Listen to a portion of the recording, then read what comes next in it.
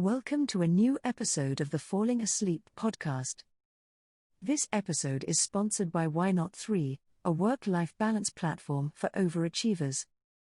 Let's begin today's story. Little brother took his little sister by the hand and said, "Since our mother died, we have had no happiness. Our stepmother beats us every day, and if we come near her, she kicks us away with her foot. Our meals are the hard crusts of bread that are left over. And the little dog under the table is better off, for she often throws it a choice morsel. God pity us, if our mother only knew. Come, we will go forth together into the wide world." They walked the whole day over meadows, fields, and stony places. And when it rained, the little sister said, "Heaven and our hearts are weeping together."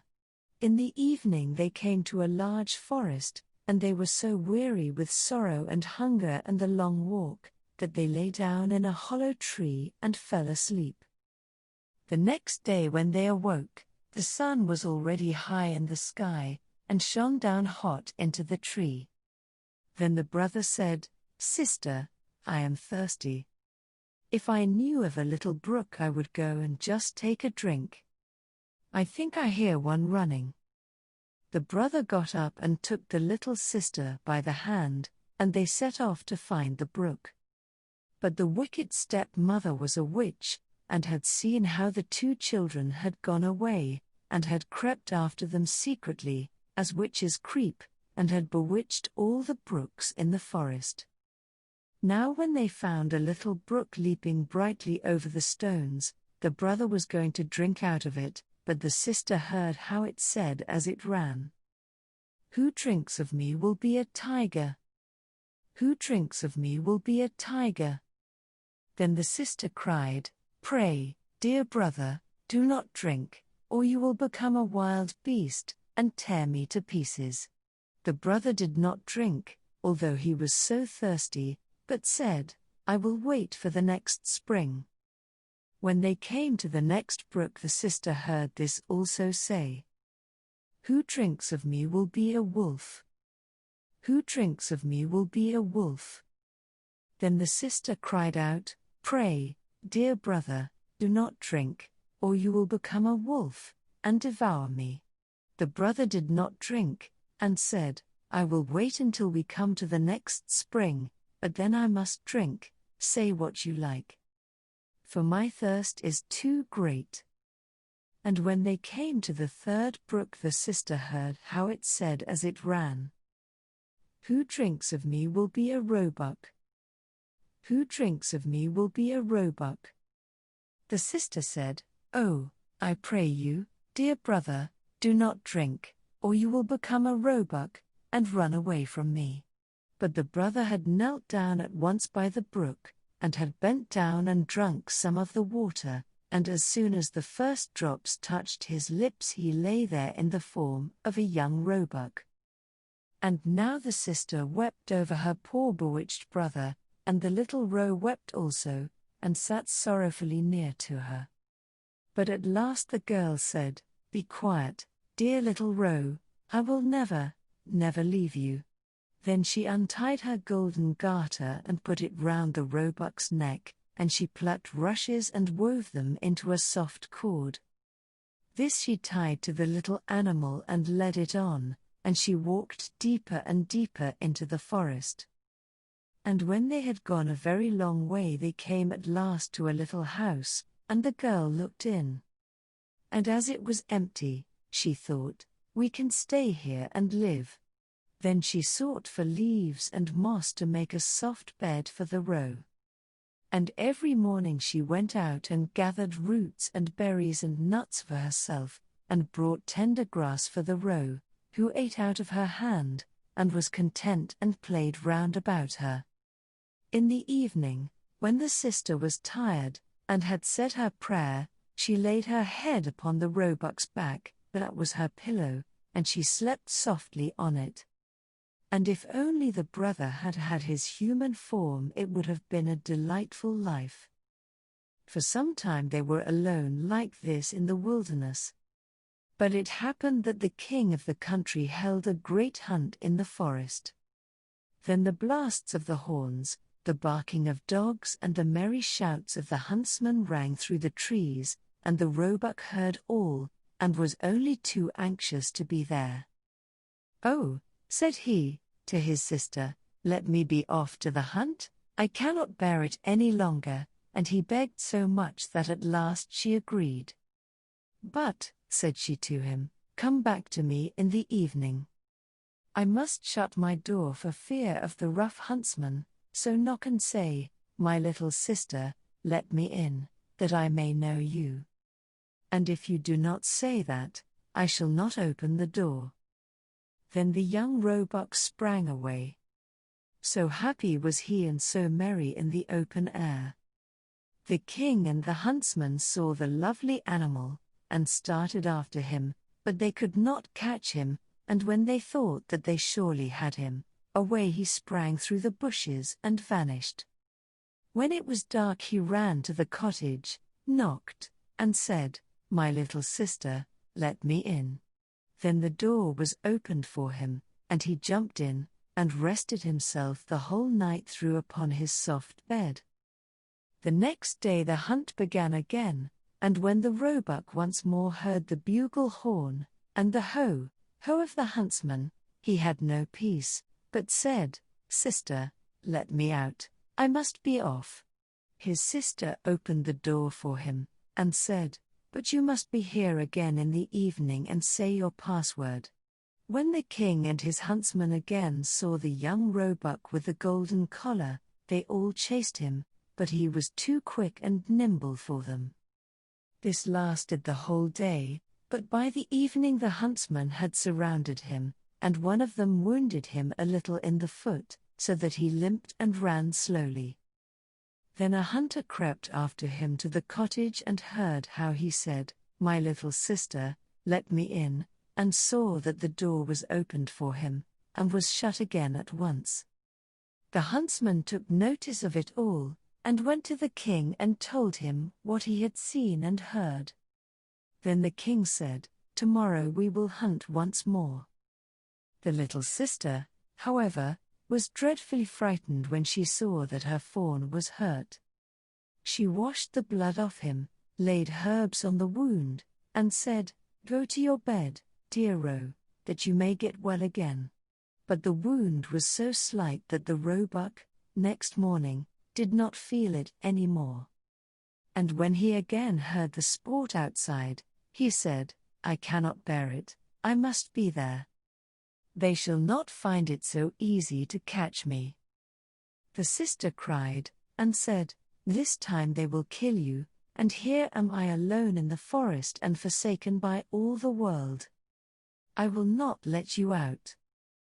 "Then you will have me die of grief," answered the roe. "When I hear the bugle horns I feel as if I must jump out of my skin."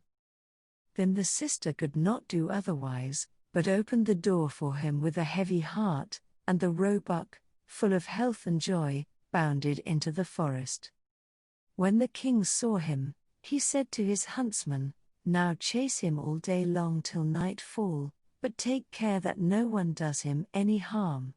As soon as the sun had set, the king said to the huntsman, "Now come and show me the cottage in the wood." And when he was at the door, he knocked and called out, "Dear little sister, let me in." Then the door opened, and the king walked in, and there stood a maiden more lovely than any he had ever seen.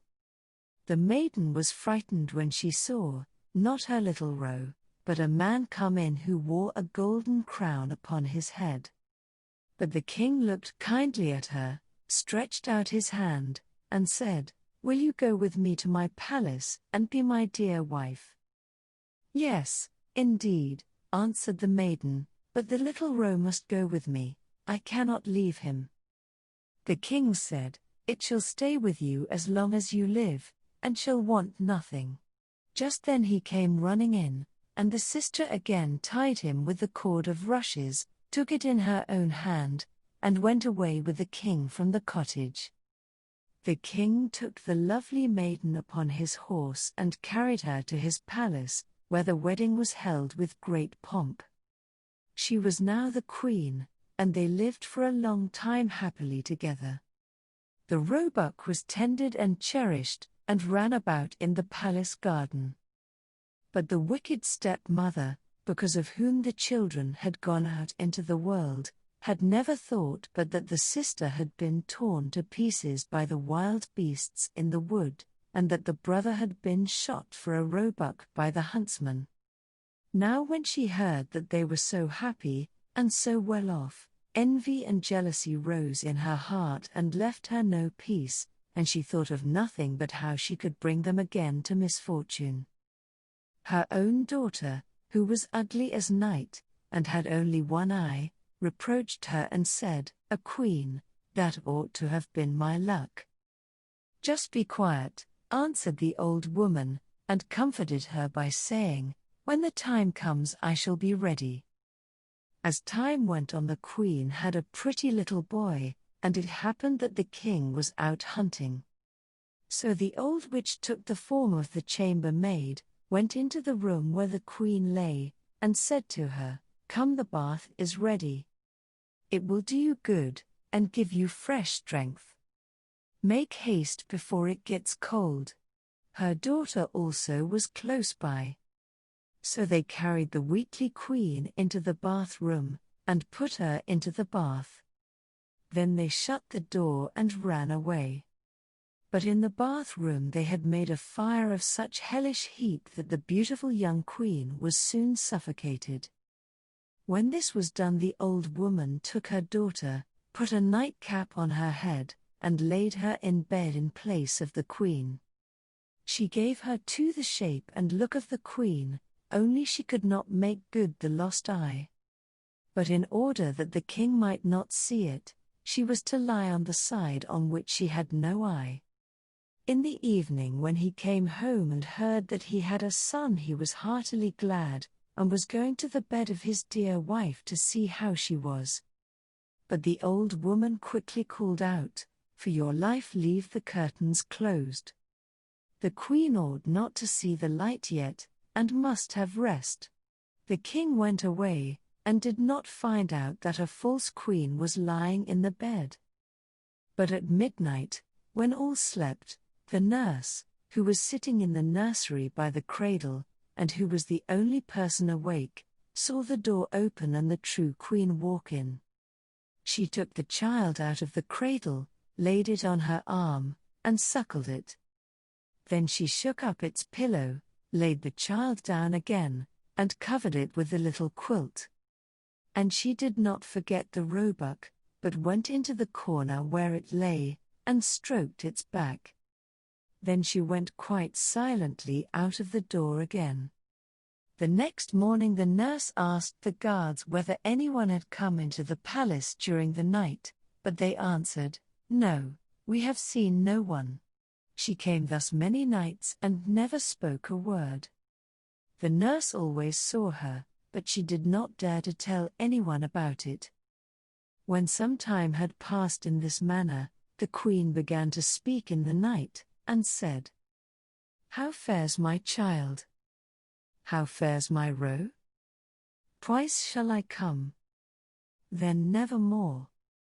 The nurse did not answer, but when the queen had gone again, went to the king and told him all. The king said, "Ah, God! What is this?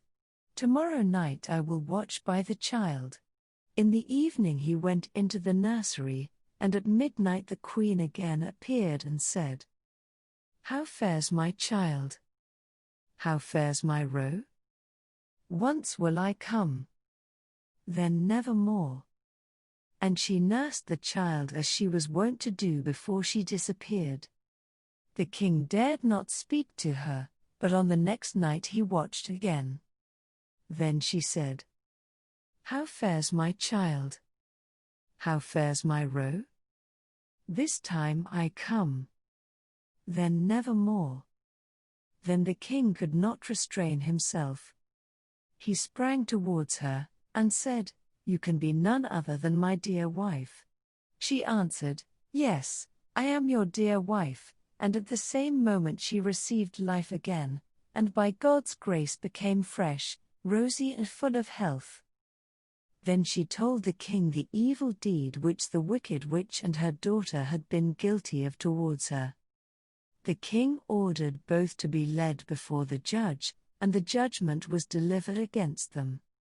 The daughter was taken into the forest where she was torn to pieces by wild beasts, but the witch was cast into the fire and miserably burnt. And as soon as she was burnt to ashes, the roebuck changed his shape, and received his human form again, so the sister and brother lived happily together all their lives.